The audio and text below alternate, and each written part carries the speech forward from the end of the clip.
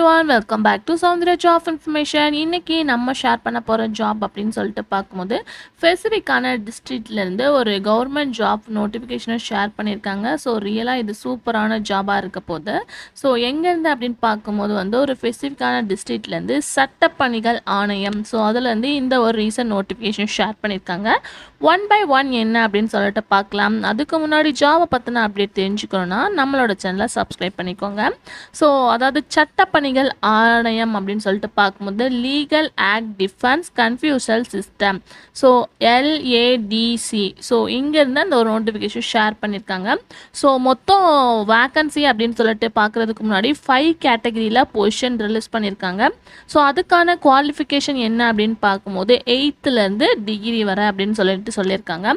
Almost உங்கள் எல்லாத்துக்குமே doubt இருக்கும், இது சட்டப்பணிகள் அப்படின்றனால BABL இருக்கா அப்படின்னு சொல்லிட்டு கேட்கும்போது கண்டிப்பாக அவங்களுக்கும் இருக்குது. ஸோ அதை மெயின்டைன் பண்ணி அதுக்கு ஆஃப்டர் 8th 10th டிகிரி படித்தவங்களுக்கான ஸ்பெசிஃபிக்கான ஜாப் டைட்டிலும் ஷேர் பண்ணியிருக்காங்க. First chief legal LADC. So அந்த பொசிஷனுக்கு மொத்தம் ஒரு காலி பணியிடம் இருக்குது. ஸோ வேக்கண்ட் அப்படின்னு சொல்லிட்டு பார்க்கும்போது ஒன்று தான், பட் சேலரி 70,000 கொடுத்துட்ருக்காங்க. ஸோ அவங்க கண்டிப்பாக எக்ஸ்பீரியன்ஸ் கேட்குறாங்க ஃபாஸ்ட் பொசிஷனுக்கு.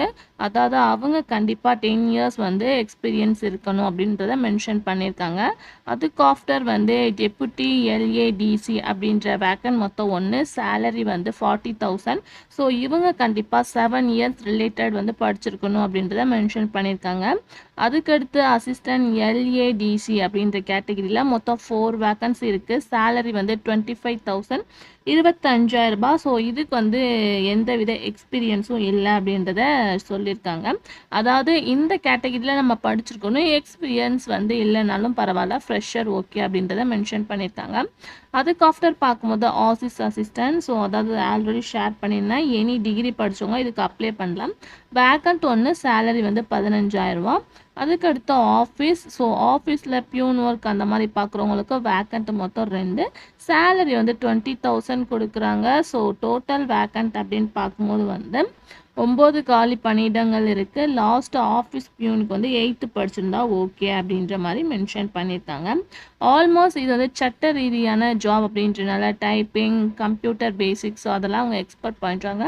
நீங்கள் ஆல்ரெடி ஒரு பேச்சுலர் டிகிரி முடிச்சுட்டு டைப்பிங்லாம் தெரியும்னா கண்டிப்பாக இந்த பொசிஷனில் உங்களுக்கு சூட்டபுளான பொசிஷன் எது அப்படின்றத பார்த்து நீங்கள் அப்ளை பண்ணலாம். ஸோ அப்ளை பண்ண வேண்டிய மெத்தட் ஆஃப்லைன் தான்.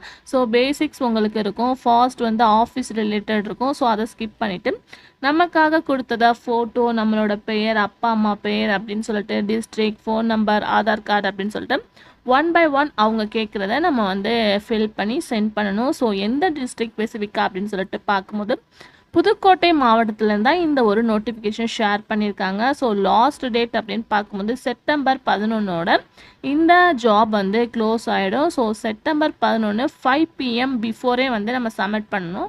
ஸோ அதுக்கு ஆஃப்டர் டைரக்ட் இன்டர்வியூவில் தான் அவங்க செலக்ட் பண்ணுறாங்க. ஸோ கண்டிப்பாக இது ஒரு சூப்பர் ஆப்பர்ச்சுனிட்டி தான் இருக்க முடியும். ஸோ ஆன்லைன் டெஸ்ட் ஆஃப்டர் ஒரு ஸ்மால் ஓரல் மாதிரி கேட்பாங்க. அதுக்கு ஆஃப்டர் ஜாப் கன்ஃபார்ம் ஆகிடும். ஸோ உங்களுக்கு ஏற்ற மாதிரி எந்த பொசிஷன் சூட்டபுளாக இருக்கோ கண்டிப்பாக நீங்கள் அதுக்கு ட்ரை பண்ணுங்கள்.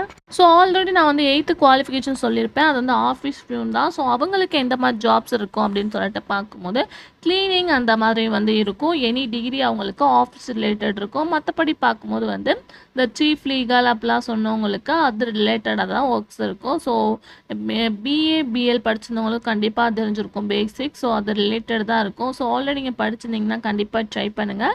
ஸோ இதுக்கான அஃபிஷியல் வெப்சைட் டிஸ்கிரிப்ஷனில் இருக்குது, கண்டிப்பாக செக் பண்ணுங்கள்.